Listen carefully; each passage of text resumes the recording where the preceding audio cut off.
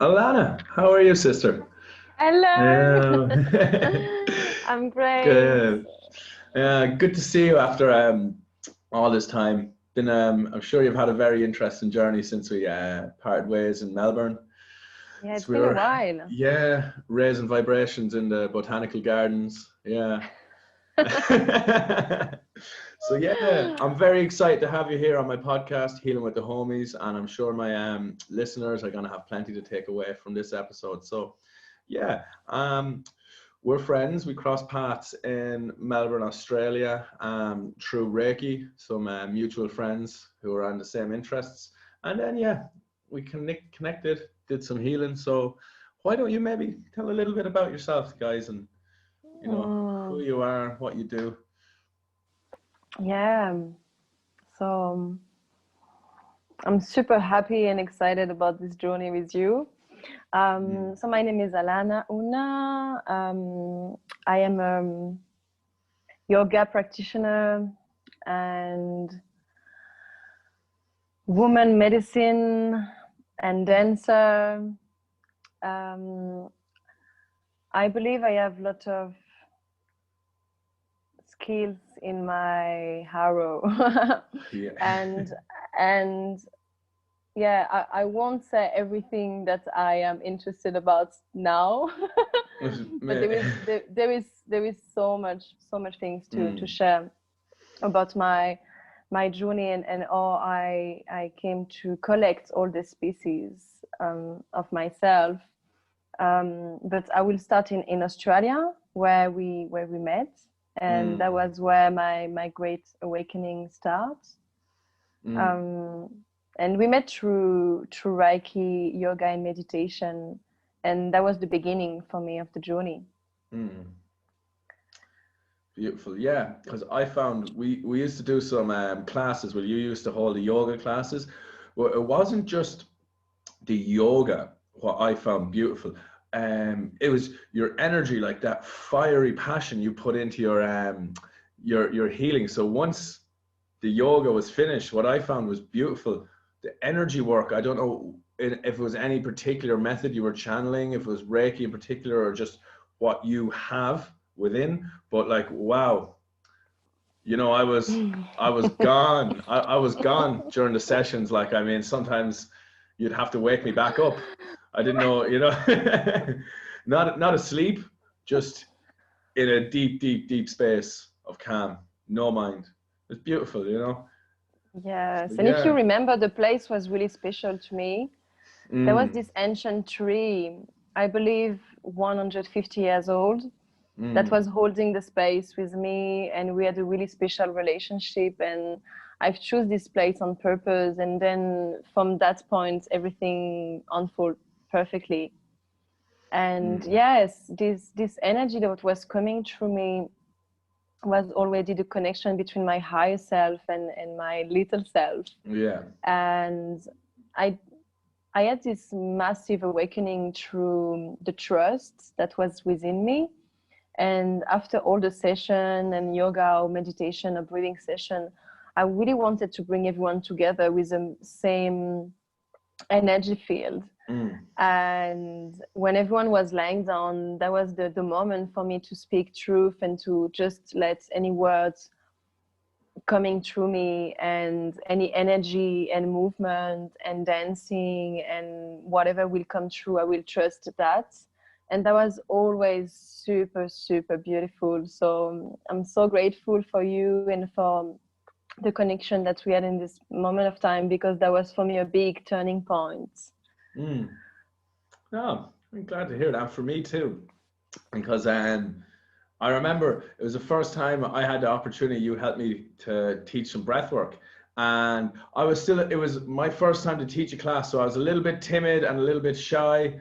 And like I had the structure right, but I didn't have the, I was still a little bit within myself as I was doing the session. So I took that from you just from being around people. See, I can find, I learn and I grow, when you're around the right people, like it raises your vibration. So just from looking and watching how you conducted yourself, I took a little bit of that. As you meet these certain people in your lives and you're like, okay, I can understand. You know, it unlocks that little bit of latent potential within yourself that you already have there. You know, you just needed the key to open that door.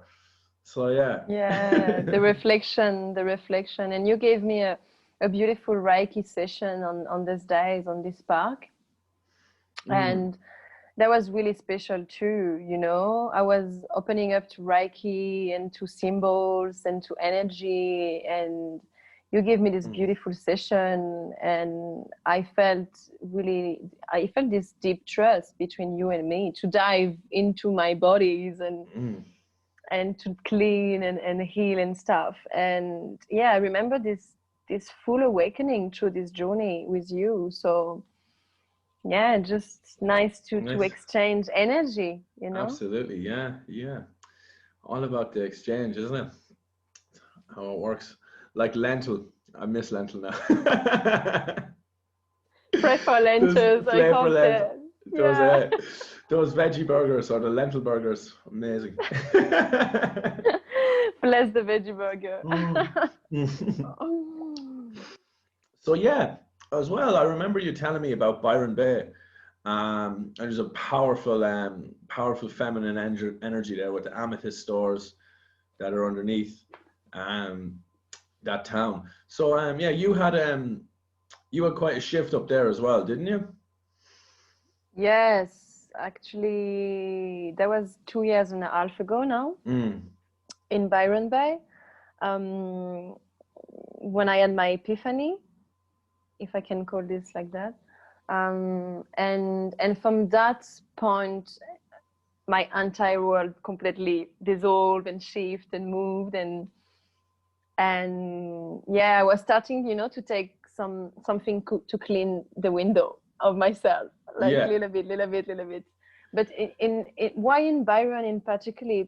Because yeah, as you said, underneath the layers of the soil of earth, there was this massive rocks, obsidian and different clear crystal, and that's why all the people was attracted by this stone and this city and these places around Byron Bay, because it's a healing place for the soul. And the contract is to go and to see what you can do, where people you can meet, etc.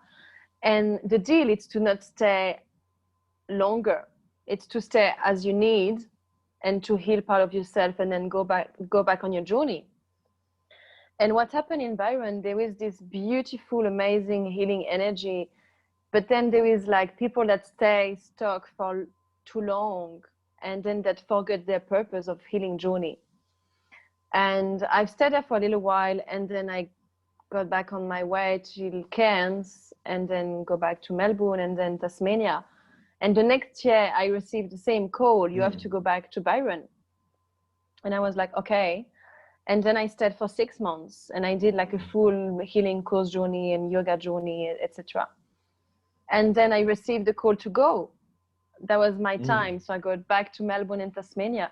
But you know, there was this kind of dance between Melbourne and Byron and Tasmania.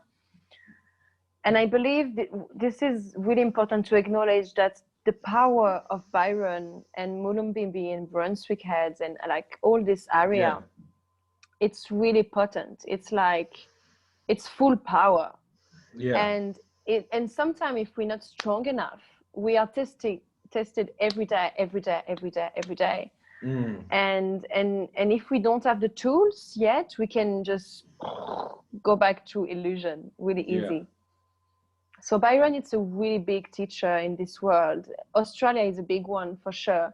And Byron, it's a beautiful obsidian cleaning and reconnecting with trauma and ancestors. And yeah, that's an amazing place to go, but to don't stay forever, to just go when we need to be there. And as we get stronger, we can go a little bit more and then a little bit more. It's my perspective. Yeah, and you say, why would you say being stronger when you're there? Is there that there's both sides, like there's the party, drinking, surfing, well not even surfing, but the partying lifestyle, and then there's a spiritual lifestyle. There's the two you know, you can go left or you can go right, depending, is it? Is that the thing? Yeah. So you Yeah, can be pulled both ways. Yeah. Yeah. yeah. The polarity, it's extreme. It's like there is this beautiful healing journey, and a lot of teacher and a lot of master are sitting there, you know, Mm. waiting for us to take our test and our challenge and our lesson, etc. And then there is this other way of like all the dark side of Byron, and all the party and all the things that are going forever ever, and you can't go out. Sometimes you just go from one party to another festival, to another community, to another place, Mm. and then you don't have this real time for yourself on Yeah. the land. Yeah. So it's really important to take this journey really carefully, and to walk with the right rhythm. Mm. Carefully, slowly, like the Jaguar energy, you know? Yes, Yeah. that's it. Mm. Yeah. Silently observing, you know, and being able to step back is good. Yeah.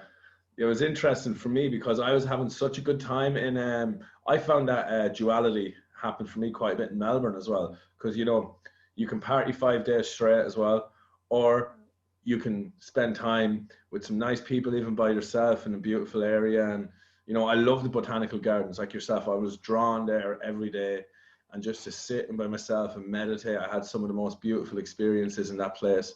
You know, but you can walk out the door, out the gate, go around the corner, and then you know, then you end up meeting a friend and having some beers, and you know, it's like, yeah, so it's like, you know, you can get pulled both ways, and it's very, very easy to do that, especially when you know you're traveling and you're living that lifestyle of being free and you know trying to enjoy yourself. You know, it's all a learning process, though. You know, as I say, mistakes are the portal to discovery. So, you know, Oh, definitely. It's yeah, just yeah, that the little difference for me in Byron is that there is this massive portal for healing mm, that is happening anyway, that you're ready or not ready. If you're in Byron, okay, you will receive this kind of energy. And this is why mm, it's difficult to find a center okay, in that world. So people are drawn to this shop, but in this shop there is this teacher that is waiting for this person, and then it's you flow to another shop, and then you just can't go out of this beautiful flow, you know. yeah. But if you don't know yourself yet, you can just stay forever and ever in the maze. Yeah. Never finding a way out.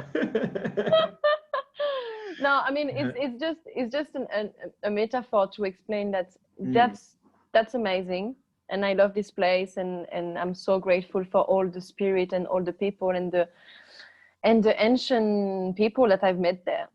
mm, Nothing against this place, no, really.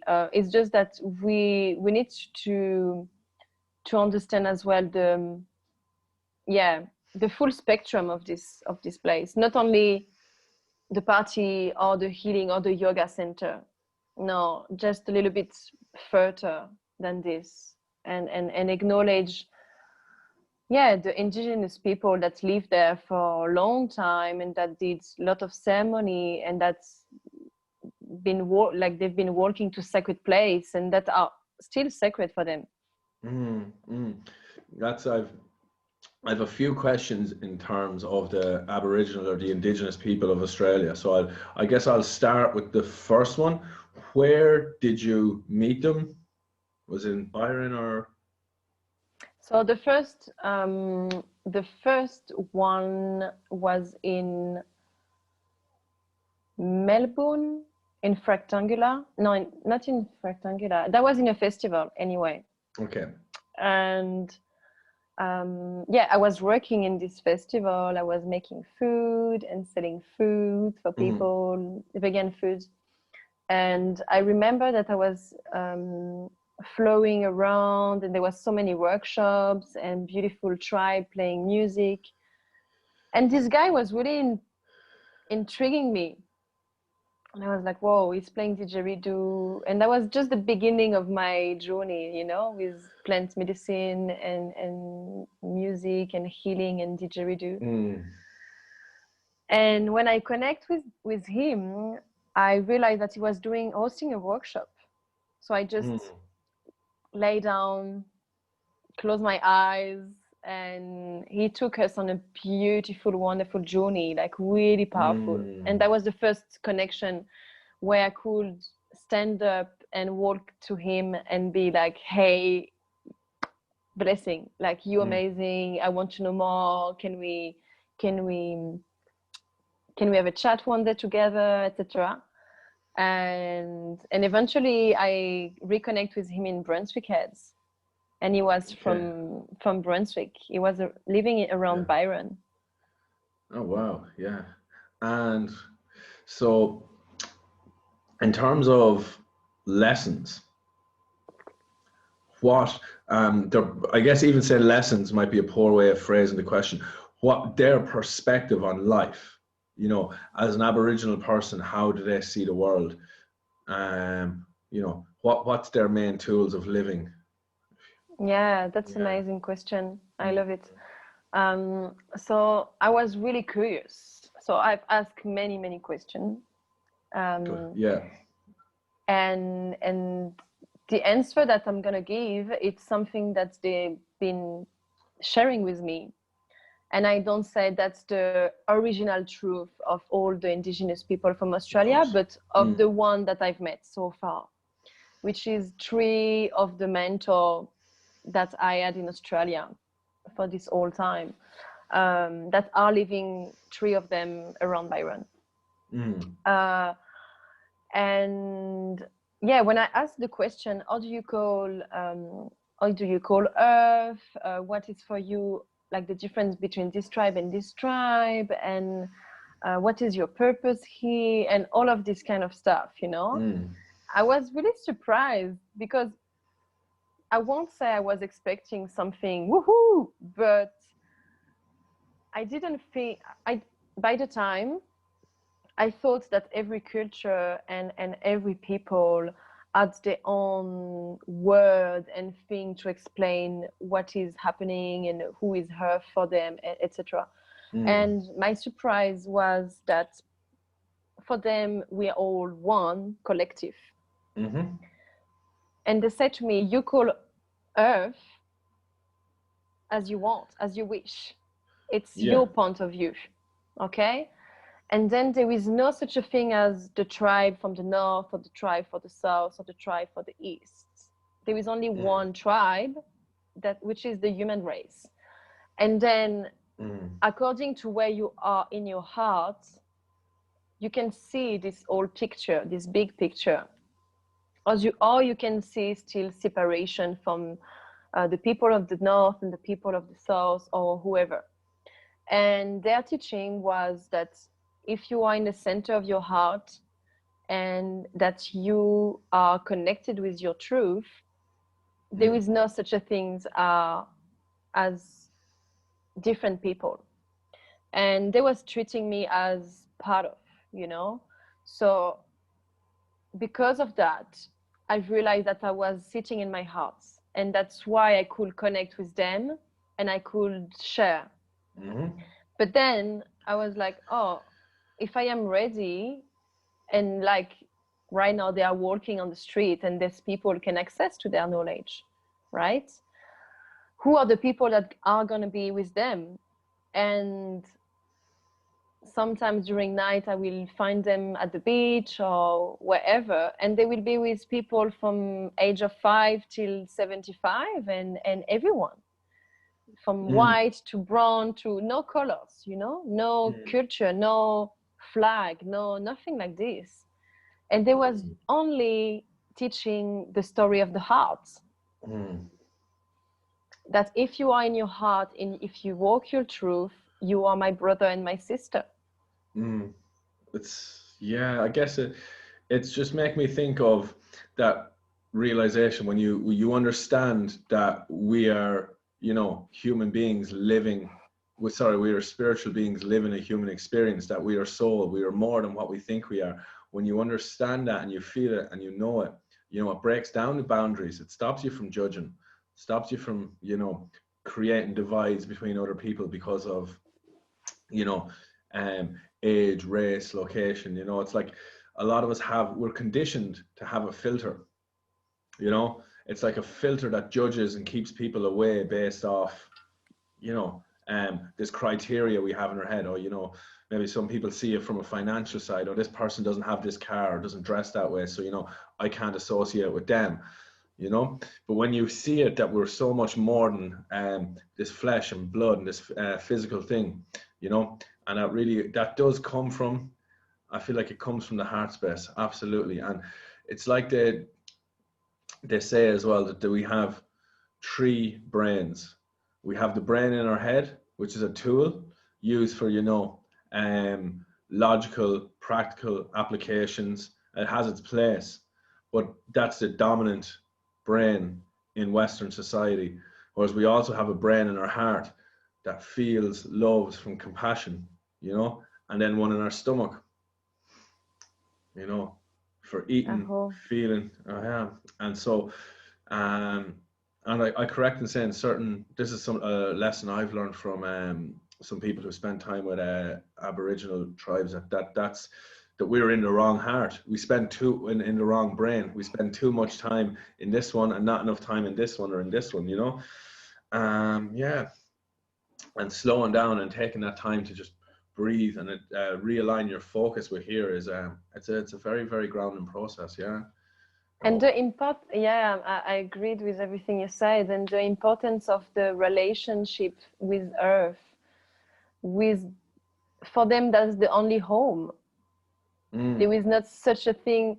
If you look at this civilization, the indigenous Australian, that's the only one civilization on Earth that didn't build any temple, anything that is, it's like my home or my place or my city. They did respect exactly the relation with Earth as one being. They didn't take from her to build something for them. They was just using what they needed by the time. And if you look at the beauty of Australia, it's pure light consciousness, because they didn't destroy anything. They did care for Earth as one master, as one mother, as one teacher. And they did have a really special relationship with her, I believe, that keep them having this beautiful connection with spirits and plants and people. Yeah, it's almost a hard concept for people to understand. Like, I'm trying to imagine myself living without shelter, you know, but then you find a cave or you find somewhere, you know, you always you find flow. somewhere because the land is calling you. It's a trust. And this is the beauty of every places in Australia. They all have different variety of song according to the place you go. So the mantra close to Uluru is not the same mantra close to Cairns or to Byron Bay. You know, the land is talking to you, and because of the relation with her, you can go from places to places really easily and find your food and find everything you need.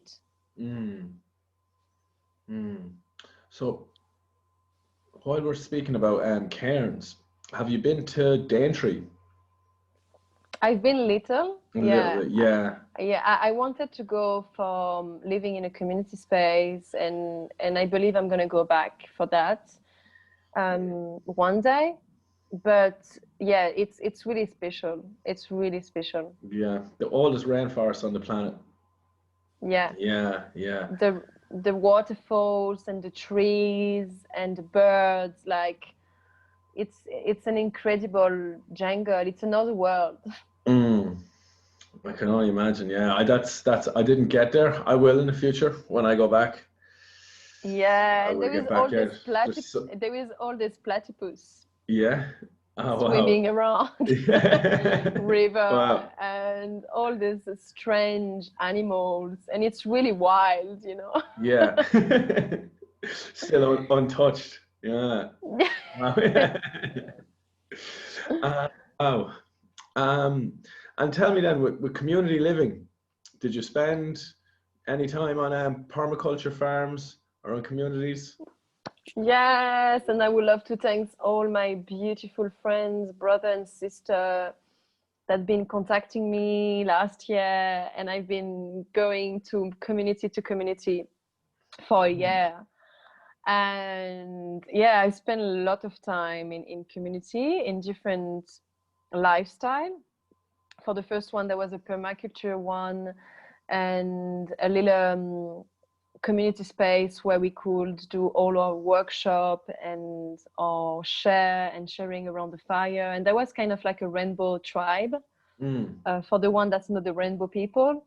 And then I've been going to other community that was just really close to earth and doing like plant medicinal ceremony.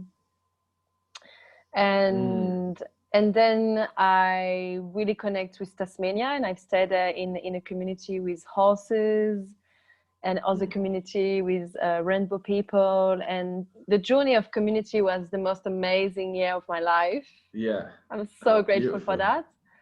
And then after a year of flow in community, going from one to another, I've decided to create my own community. And I've started a community in a women camp in Byron Bay, in one national park around Byron.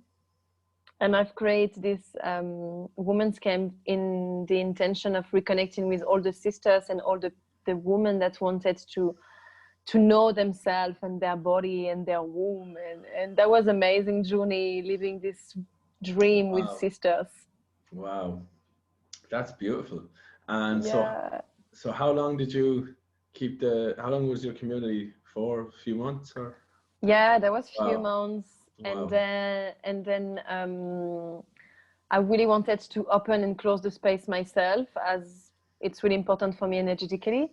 But then some of the other people that was still living around did create another one afterwards, not far from this one. And yeah, it's still there, and I'm super happy. Yeah, that's amazing. Yeah. That's very interesting. I'm glad to hear that part of your journey. Yeah. That was my Oh, wild wow. woman You're wild. taking this. Yeah. The divine feminine coming through. Yes. Yes. Yeah. So I'm interested because we did speak beforehand about plant medicines, in particular ayahuasca. So I'm just wondering, you've touched on it a couple of times that you did some plant medicine ceremonies. What was it in particular? So to be frank, I'm connected with all of them in a spiritual level. Yeah. What I mean by that is that I've acknowledged all of them into my life as a teacher, as a master, as a brother, as a whatever.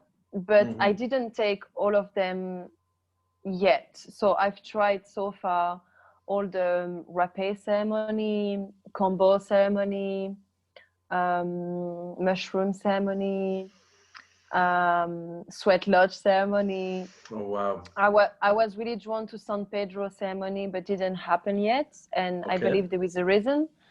And then other psychedelic ceremony, but just like little group of people, a friend of mine. And then when I wanted to connect with Mama Aya, I had a really strong message that concerned myself, I believe. I don't know for other people, but for me, that was to go back to my tribe in South America and the people that I connect with, to go and to do ayahuasca journey with them in Amazonia. And yeah, in the Amazon. And for me, it's really a special message that I need to respect and to honor. So I'm still waiting this moment. So there are quite a few. Obviously, for anybody who's unfamiliar with ayahuasca, it's a plant medicine that's indigenous to South America, which is the same chemical that's produced by our third eye, our pineal gland. It's been proven in scientific studies as well. So it's made from either the chacruna, Banisteriopsis caapi, leaf. The two of them are mixed together, and then you get the same. It's only ingestible that way through a brew. You can't just take the leaf of the Banisteriopsis caapi, which has a DMT in it. It has to be mixed with the chacruna to bring the two of them together. Now, do you know in particular, just it doesn't matter if you don't, but is there any particular tribe that you would go to? So yes, Yeah, um, it's a particular tribe that is connected to me, and when I say me, it's not me as a physical body. yeah. It's me as a soul, and Mm, it's a family that I've been working with in many lifetime. mm. And yeah, I can't give the name of this tribe, but I believe when I will be on the land and I will do the ceremony, I will be able to share Yeah. afterwards. Okay. Yeah. Fantastic. Yeah. I was leaving for Colombia. I was meant to go on the 15th of October. Unfortunately, they shut the borders a week before. So it's been now look, it was crazy, with the opening, closing. Are we going? Are we not going? There was 15 of us traveling together, and we were going to Putumayo. Yeah, so we're going to the Taitas. Um, so look, it's postponed, not cancelled, but that's okay. So yeah, It seems there is something that pull us back to where we mm, are, and that say to us, hey guys, there is few things you need to know before you go on a journey. And I believe it's this time, it's really important time to collect all the tools we need for the next adventure, because then when we will step into that world, you mm, can't go backward again, and you will need all your tools. If it's your shamanic drum, it's your drum. If it's your rattle, is your rattle. If it's your mm, crystal, whatever, if it's something into in your inner world. yeah, But it's like, it seems we really need to take this time with patience and to go slow down. within Mm, and to be like, hey, actually, do I need to check this trauma? Oh, actually, yes, I need to heal this trauma before I go on my journey. mm. And that healing, Because yeah, yeah, go. yeah, because Yeah. if not, the medicine is going to show you this place and this trauma or whatever, but maybe if you do it yourself, you are going with such a strong trust and such a strong connection with yourself, then you will be able to explore even more of that world.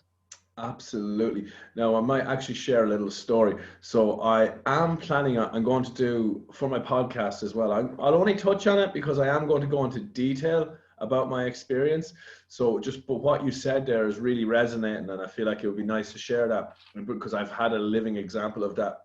So, with my first ayahuasca retreat, well, my intention was to connect with, say, my feminine energies, because I'm quite masculine, so to bring in the compassion and love, and not for anybody else, but for me, because I can show that love and that caring and that nurturing side to other people, but it's for me that I lack with it sometimes.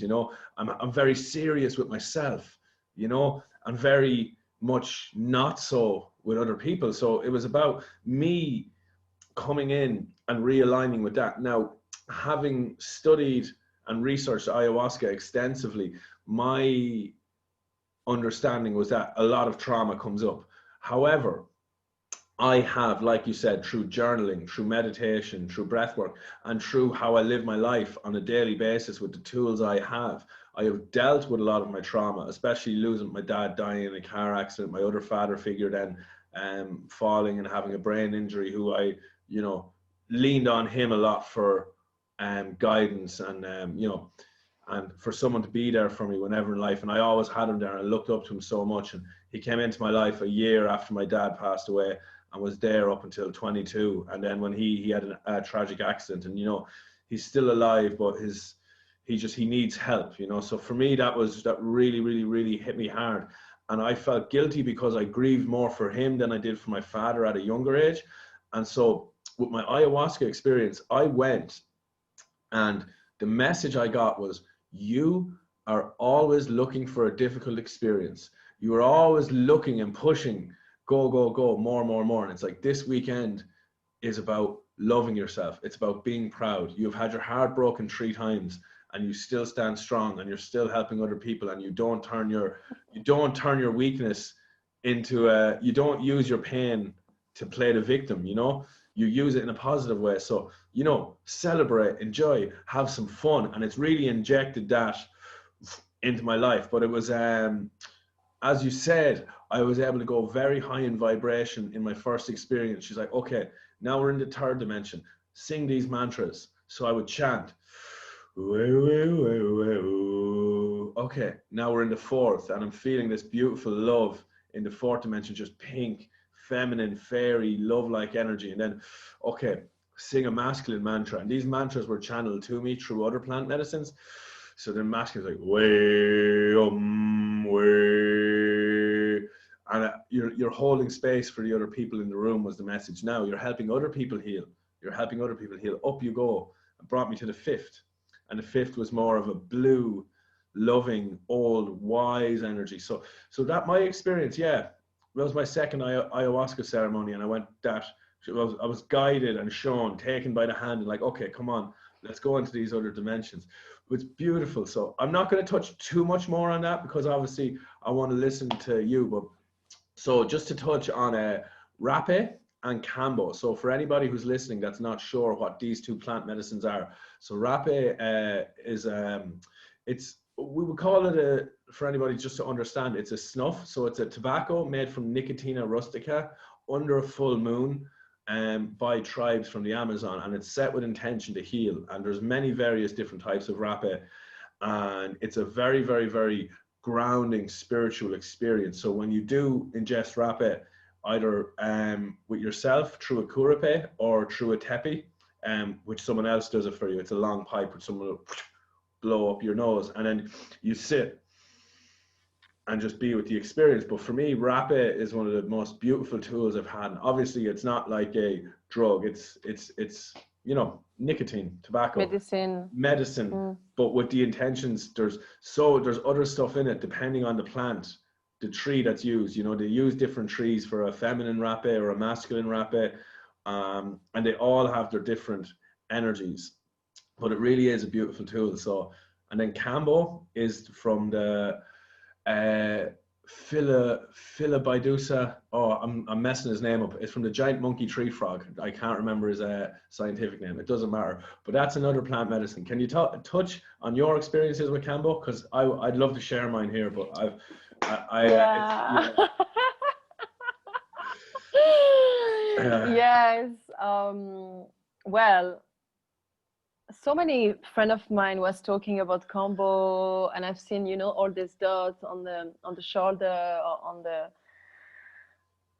on the leg, and I was like, yeah, what is it? And I was really curious, and many of my friends said to me, it's a really beautiful but strong medicine. When you're gonna go on this journey, you can't go backward because the poison of the frog is going all over the place in your body, in your blood system, and is going to clean and heal all the stuff, all the lies, all the layers, all the fears, and clean your lymphatic system and your liver system. And I was like, okay, sounds good, you know, but then what? And they said, you have to drink 3 or 4 liters of water. And then you go with your intention. And then when the shaman is bringing the medicines to you, is doing this few dots on your arm or your leg, and then you're going to journey with the frog medicine. And it's really within, everything that is happening within is really strong, and you can feel all the movement of the frog medicine going in your system. And I was like, okay, cool, I'm gonna try, but you know, I'm really respectful of the medicine and the ways, and I really need to find the right people to do it. So I connect with a shaman in Murumba, next to not far from Byron Bay. And there's beautiful couple that do sweat lodge and plant medicine, and I connect with them, and I've seen this beautiful shaman, really strong, standing on his feet, and he's like, do you want a conversation? Okay, come tomorrow. And I'm like, okay, well, what do I need to do? So you need to do a diet just right before. You're not eating, you go completely nothing in your stomach in the morning time. And then from that point, you drink this 3 liters of water, which is horrible. That's For the first time of your life, you're like, yeah. can't do it anymore. It's almost the hardest part. It's the hardest part. It's getting the water in. Yeah, yeah. It's really funny. And afterwards, there is this whole really slow and gentle process that starts where you sit, when you really focus on your intention inside. And then the shaman is doing a few dots on the leg for the woman and on the men in the shoulders. Really important to respect the traditional way of our ancestor. I believe so. And I received the medicine, and then from my leg, I was kind of feeling all the medicine going up to my body till my heart. Yeah. And here, I could feel the medicine doing like an explosion of, Yeah. we love you, we're so proud of you, you're doing so well, and opening my heart center for me to experience the full experience and to don't be in my head the whole time. And because of that, I could stay there for long with the medicine. So I keep the medicine really long, and my session was going for 2 hours. Wow. So I went really far in myself and in the teaching of the combo of the frog medicine. And then I had some singing with the shaman and some beautiful breathing with earth and understanding that was kind of a rebirth. In this period of time, I was going through a lot, and the combo was like slapping my face, slapping my butt, like, hey, go back on track. Like, it's, you know, because when you do have this awakening, you believe, oh, I did my rebirth last. I rebirth. No, you rebirth so many times. Yeah. So many times. Yeah, yeah.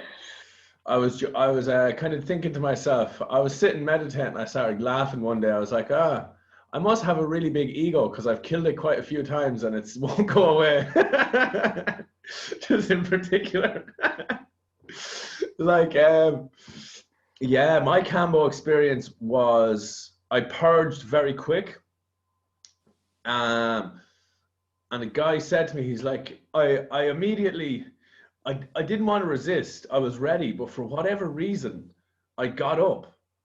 Like, I didn't sit still with it. I got up and I was walking around. I could feel it just coming through my head, and then I was like, okay.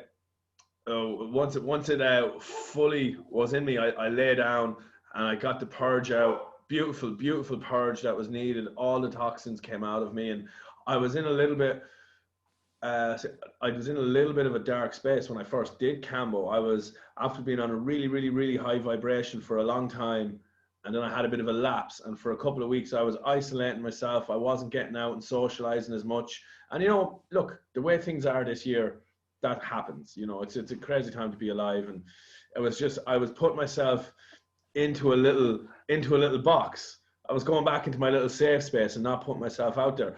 So yeah, but since that was, so this is, it's going to be 7 weeks ago now. So it will be 7 weeks ago, but every week now, I've been putting out my podcast, I've been doing my work, my focus is aligned. And like, I have to say, I did a Cambo ceremony on its own, just the Cambo.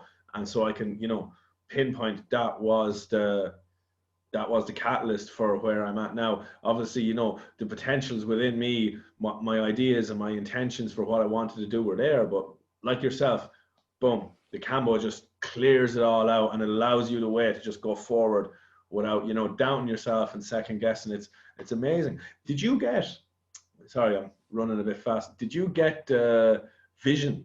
I know they say in shamanic tribes, they do it to help visual acuity. So for when they go hunting, the colors of the world for 3 days afterwards, 3 to 4 days, the world was just bright, like alive. Yeah, like the world is lighting up for you when you do plant medicine anyway. But I'm more likely to use Sananga eye drops for cleaning and clear vision, and I mean really clear, yeah, clear vision, than I did with combo, because my whole journey with combo was within, like really focusing on the energy that was moving from there to here, and then purging in, like for me, I like purging with my consciousness, like I'm purging this Yeah, trauma, emotionally. boom. Emotionally, And yeah. yeah, and I don't would like to have vision at this moment, so I'm focusing on the emotion and the feeling. Mm. But any plant medicine, I believe, give you this window of light that is, it's shiny and Mm. vivid and beautiful. Anyway, after plant medicine, you're always in the world of like, woo, many colors Mm. and different feelings, because you, it's like you upgrade your DNA Mm. anyway. Yeah, yeah. It's they're all tools to help us like access our latent potential, you know, and it's very, very, it is a shame. Like it's, oh, no, I think shame's too soft of a word. I actually think it's a crime that these things are illegal. Although Kambo, Rapé, Sananga in Western society, these are legal substances. You know, you can't get in trouble for using them. But the likes of ayahuasca, San Pedro, and the elders, the mushrooms, I like to call them the elders. They are 4 billion years older than us. They've been around for 8.5 billion years on this planet, you know? Yes, and I would like Yeah, to add yeah. something really special to that. Yesterday, I was with a tribe, with a shamanic tribe here in next to between France and Switzerland. Mm. Anyway, and this beautiful shaman from Canada that is especially here in France for a few weeks, that Mm. is going all over the place in the world, between the tribe in South America to North America to Canada to Africa to India. Like, he is a beautiful shaman, and Mm. he gave me this beautiful information, and I would like to share it here. uh, Basically, the plant medicine that are on earth right now are not actually plants in a way that they are master incarnated into plants to help humanity. So after many different cycle on earth, the master and the guide was observing us from above and seeing that all the people that are going too much with their ego and lost their ways, they couldn't access to sacred knowledge anymore. And they was going crazy, you know, like humanity was going crazy. And there was like, what can we do to help humanity rise? But by being on a level that they can't see us, they can't freak us, you know, they can't be scared of us. And many masters decide to incarnate their part of themselves into many plants, Mm. Mm-hmm. into different mushrooms, into different tobacco, into different sacred medicine. And because of that, we are taking the self knowledge and the sacred knowledge of course of the plant, but the master as well. And this is like a big key, because when you realize and when you understand that you are not seeing the plant as a plant anymore, and you got such a really deep strong connection with it, really different. It's Mm. like when you hold this beautiful leaf, this is gold, you know, this is like Mm. so precious and sacred, because this is treasure. It's like knowledge and truth and light and information and sacredness. And you don't want to take them as you take an apple. Mm. You know, you want to realize into yourself that this beautiful master and guide are giving you opportunity to all humanity to rise by taking them. Mm-hmm. Mm. And this changed perspective, because you don't want to take them for recreation or party or just having a like a cool moment. No. No, You to tell a really want story. to take them in a sacred place with sacred people and in a sacred way. Absolutely. Like I could not agree anymore, especially um with like Cambo is like for most people it's a 20-minute experience, say. To Yeah, it's it between 20 to depends. 40. Yeah. 20 to 40, yeah. For me, I would have the purging was almost immediate, and that ended after roughly 5 to 10 minutes, and then yeah, about 30 minutes after that. For you, it was a little bit longer, as you said, but that's even though it's a short experience, you need to have a bit of integration. You need someone there who's experienced and who respects and understands. And for me, it's all about intention. Like with ayahuasca, I would say I have been preparing for 10 years, ever since I was 18 and I first heard about it. Everything in my life was a journey towards that experience. Now, I did, you know, when I knew I was going for my retreat, I spent 2 months focusing and getting ready and having my intention. And, with that respect, I got the respect back from the medicine. But it genuinely, like you say, about being a teacher and a higher consciousness downloaded, putting itself into this medicine. Yeah, I could not agree anymore because I went with not with a skeptical mind. I was very open, but I was still wondering, was it as amazing as people had spoken about? Could something like this be real? And it blew my expectations out of the water. Like I had full telepathic communication with the Mother Earth herself. And the feminine voice was there talking to me, laughing with me, guiding me, nurturing me. And it was not my subconscious mind, because I know what my subconscious mind sounds and feels like. It's a part of me. So I know that little bit further back, like, oh, this is my higher self coming through. Absolutely was not my higher self. It was so much deeper and wiser. And it really is one of those beautiful things. It's like you can't even put it into words for someone to have an experience like this until you go there yourself. And Absolutely. and as for Sananga, I actually shared on my Instagram, for people who don't know what Sananga is. I spoke for maybe 3 or 4 minutes about the benefits, the medicine behind it, what my intention was. My intention using it is actually to help my eyes heal from wearing contact lenses. So, Yeah. and obviously, you clear a lot of energy, and then I go deep into meditation with it afterwards. But so that's the physical intention, and then the spiritual intention is always there too. But I've done Sananga maybe 5 or 6 times, and it's always been intense. But I got a bottle from a shaman who's a friend of mine, and this is from the Matses tribe. For like 40 minutes after, I was it was amazing. Yeah, it's and you beautiful. know why Sananga, it's something amazing. Of course, it's as well a sacred plant medicine, but the intention, because your eyes are the door of your soul, and every tears are a memory of, like, an akashic memory that needs to be acknowledged and cleansed and healed. And then, like, it's beautiful to see someone's crying. It's always like, it's amazing. And as you take Sananga, you of course clean your physical body and eyes, but then you clean your emotional eyes of any memories that needs to be healed.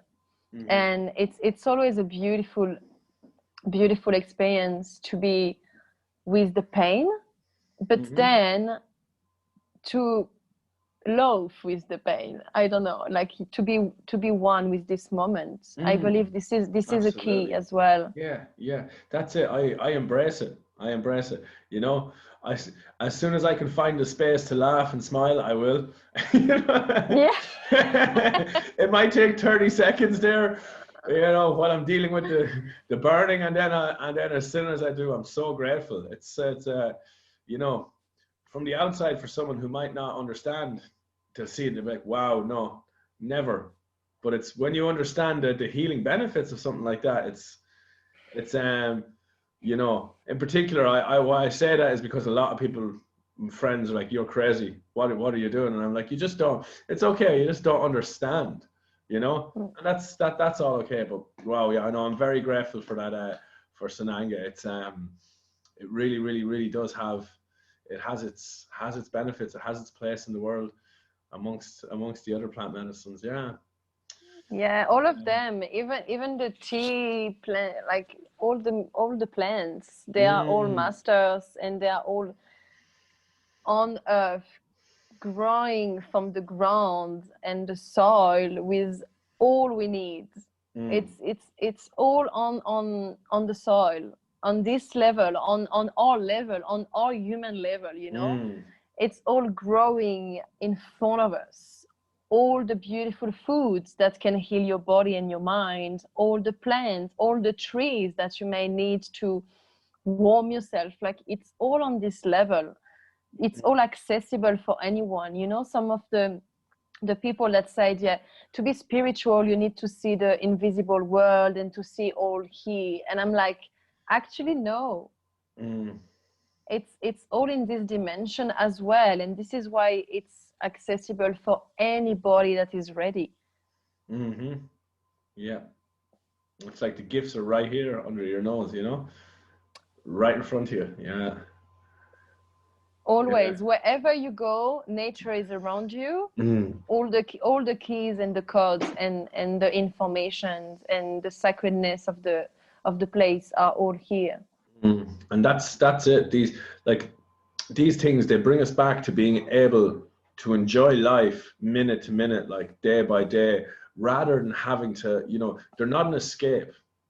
They're not an escape, like something that's going to shut you off from the world, and they're like a medication. They're a medicine, not a medication. You know, they put you in a mirror with yourself rather than, you know, helping you shut off your consciousness, suppress your emotions, and, you know, they bring our emotions and our stuff to the forefront, let us deal with them, clear it, and then you can go and you can live a fulfilling, happy life day to day, doing what you want to do without having to, you know, be popping prescription pills, or without having to, you know, like go through the week just waiting for the weekend to come so you can go and just, you know, drink your life away at the weekends. You know, it's not, there's so much more to them. They empower you to live free and live within yourself on a daily basis. And that really is, for me, it comes back to that's one of the most beautiful gifts that they have amongst many others, you know.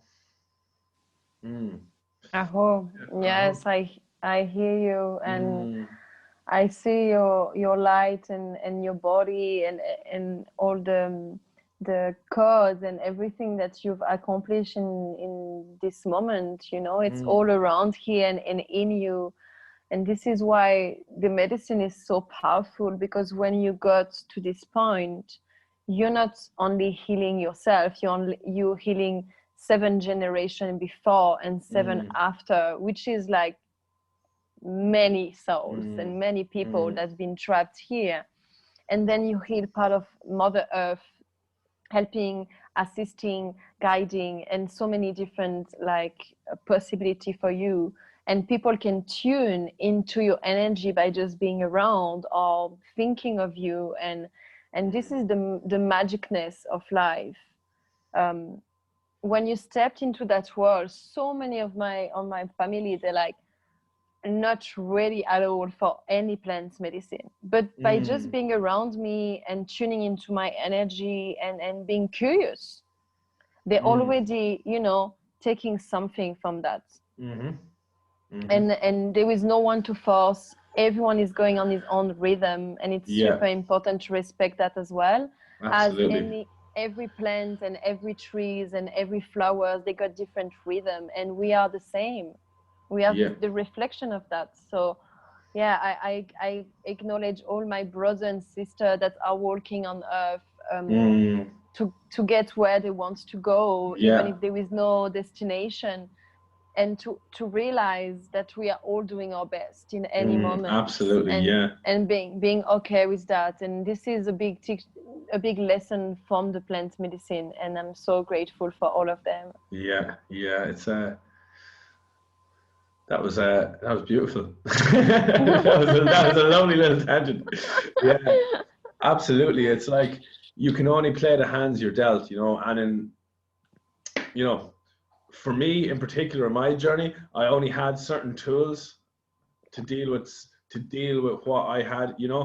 So I would have suppressed a lot of stuff through alcohol, you know. Well, not even alcohol, marijuana I would have used. Like cannabis is a good teacher when it's done the right amount. But for me, my relationship with it is finished, and that's okay because I was abusive with it.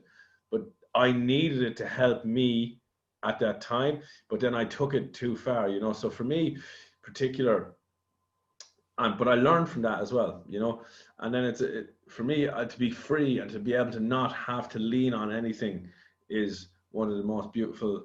It's beautiful to get here, you know, and to be able to show other people that path. And look here, I was just like you where you're at now. I know what pain you're feeling. I know why you're living these behavioral patterns, and I know how to get past them. There is a tool and there is a way, you know, and I'm so grateful for everything I've suffered and I've gone through because of that, you know, because that's it. Embracing the Yeah, pain always is a big teacher always. as well. Mm, Yeah, and I would like to add the sweat lodge to this yeah. different type of medicine that we just described now.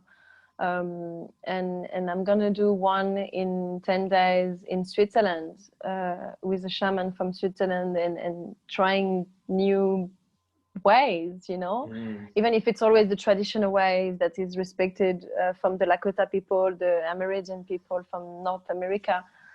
But this medicine, it's not about plants, you know, yeah. and there is the depth of the sacred the sacredness of the sweat lodge, of Mm, everything that our ancestors they've been sharing with us since, I will say, 50, 60 years now. They've been spreading the word. It's really new. There was no sweat lodge around the world any mm, before. mm, And this is an invitation for people that don't want to try plant medicine and don't feel ready for that, mm, and want to find their ways through something different. Try sweat lodge. Like it's amazing, and it's so pure and delicate, and it's in the same time really strong and shake you at the core. mm, So I just put this here for the people that are maybe watching us and I don't want to do any plant medicine. yeah. It's there is other ways as well, even if I believe that at some point eventually you get to plant medicine when you're ready. But beforehand you can just dive with tea and sweat lodge and meditation and yoga, and Mm, yeah, slowly going to plant medicine when you're ready. absolutely, yeah. And that's it. It's like the, you know, the system and the world we live in, it's got its place and it's got its beauty, but also there is a very, very much so like a strong pull towards greed and profit, and for things like we've just mentioned, these things like even yoga, meditation, and like sweat lodges, like these things are, and the plant medicines, of course, especially with yoga and meditation, you can develop your own daily practice. You can have your own power. You can take it back, and doesn't, it's not profitable. Say, for example, you're not giving your money away to corporations. And that's why I think these conversations right now and being honest and truthful about them, it's really, really, really important, because I do feel like, I'm not sure what it's like maybe in France, but I know in Ireland there is a massive agenda to keep people sick, to keep them miserable, to keep them shying away, and like keep them distracted from their own potential. And like it's just it's something that I really, really feel like the more conversations we have like this, the more people will be healed, and we will be able to see the light within and be able to, you know, turn their life around for the better. And it's you know, it's something that I'm really passionate about, and as I can tell, so you know, so are you. And yeah, I'm really, really grateful for you coming on today, Alana. Do you want to, is there anything else maybe, say, for someone who's struggling a little bit at the minute with what's going on in the world, in particular with Ireland going back into level 5 lockdown last week. I know myself, I had to take a couple of days and go do breath work and be kind to myself, and I could feel a lot of anger coming up, and that's okay. It's nothing to be ashamed of, but it's like, how do I relate to it now? It's like, okay, I've got all these tools. Here's a test. What do I do? Do I go back to my old negative behavioral patterns and punish myself for a situation that's outside of my control, or do I use the tools I have? So for me, I used breath work and getting out in nature, going for a run, doing some exercise. That's what I would do to pull myself back. But maybe for someone like you, who's a wise feminine soul, you might have some more other tools to add, like to what to do, you know. Yeah, thank you for this question. Well, for me, the strongest tools we all have in any moment is the breathing, is the breath, because any breathing technique will bring you back to your center. If it's Nadi Shodhana, if it's Wim Hof, any of them, and they are accessible at any age, anytime, wherever you are in the world. And you don't need, for example, if you have a really hard situation and you're driving a car right now and you can't go in nature, and etc., etc., what can I do? I can't stretch and do my yoga in the car or in the airplane. So I need to find a tool that is here in the moment. What do I have? I have my breath, and if I can connect every day 20 minutes consciously, it's not having to do any workshop or anything special. It's consciously breathing. So it goes, I inhale, I exhale, and I'm just focusing on that, on nothing else.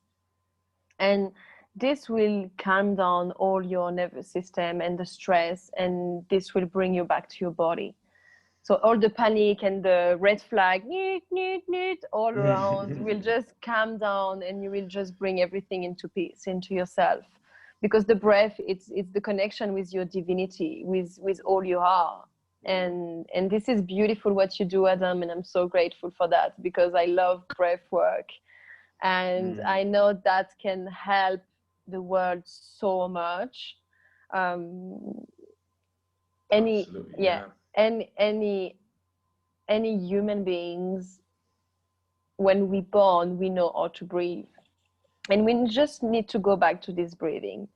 And this is my tips for now, because I did this tattoo just before going back to France. Breathe, and it reminds me any second that I need to breathe. Beautiful. Not to take this deep breath or whatever, just to breathe consciously and to be with my breath. It's already a beautiful connection. And then for me, for the people that are struggling at the moment with everything that is happening in the media and all of these craps in the outside world with false information and lies and blah blah blah blah blah, I will say to them, do you have a heart? Can you feel your heart? Then there is hope.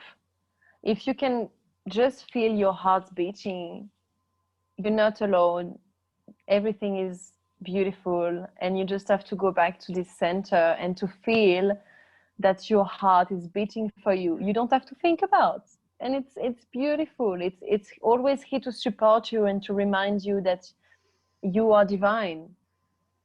And yeah, that will be the tips, to breathe and to be in the heart. Wow.